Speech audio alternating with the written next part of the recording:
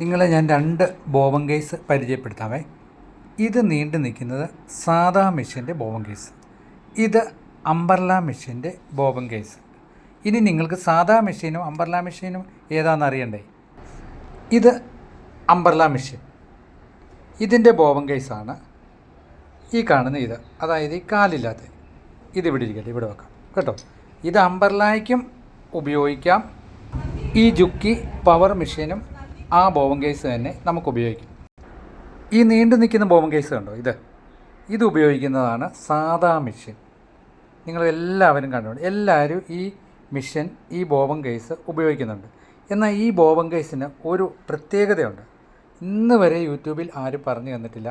അതാണ് ഈ നീണ്ടു നിൽക്കുന്ന കാലില്ലേ, കാലെന്തിനാണ് ഉപയോഗിക്കുന്നതെന്ന് നമുക്കൊന്ന് നോക്കാം. നിങ്ങളൊന്ന് കണ്ടിരിക്കണം കേട്ടോ. നമുക്കിതുകൊണ്ട് വേറെ എന്ത് ഉപയോഗമുണ്ടെന്ന് ഞാനിപ്പോൾ കാണിച്ചു തരാം. ഈ ബോബൻ കേസിൻ്റെ ഈ കാലിലോട്ട് നമുക്ക് ബോബൻ ഇട്ടുകൊണ്ട് നൂല് ചുറ്റാം. എങ്ങനെയാണെന്ന് കാണിച്ചു തരാം.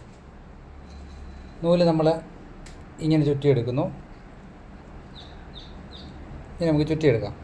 ചുറ്റിയെടുത്തിട്ട് നമ്മൾ ബോബൻ ഇങ്ങനെ പിടിച്ചിട്ട് ഈ ബോബൻ ഈ കാലയിലോട്ട് ഇടണം.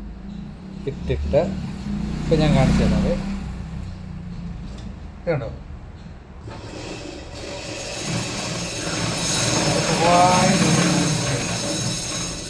കാണുന്നുണ്ട്. സുഖമായിട്ട് നമുക്കിത് നൂല് ചുറ്റിയെടുക്കാൻ പറ്റും. ഇതുപോലെ നൂല് നമുക്ക് ചുറ്റിയെടുക്കാൻ പറ്റും. സ്ക്രൂ ഡ്രൈവറോ ഒന്നും ഇല്ലാത്തപ്പോൾ നമുക്ക് അത് കാലായിട്ട് ഉപയോഗിച്ച് മെഷീനിൽ ഇടാം. ഓക്കെ, ഇതൊരു പുതിയ അറിവല്ലേ. ചാനൽ സബ്സ്ക്രൈബ് ചെയ്യണം കേട്ടോ.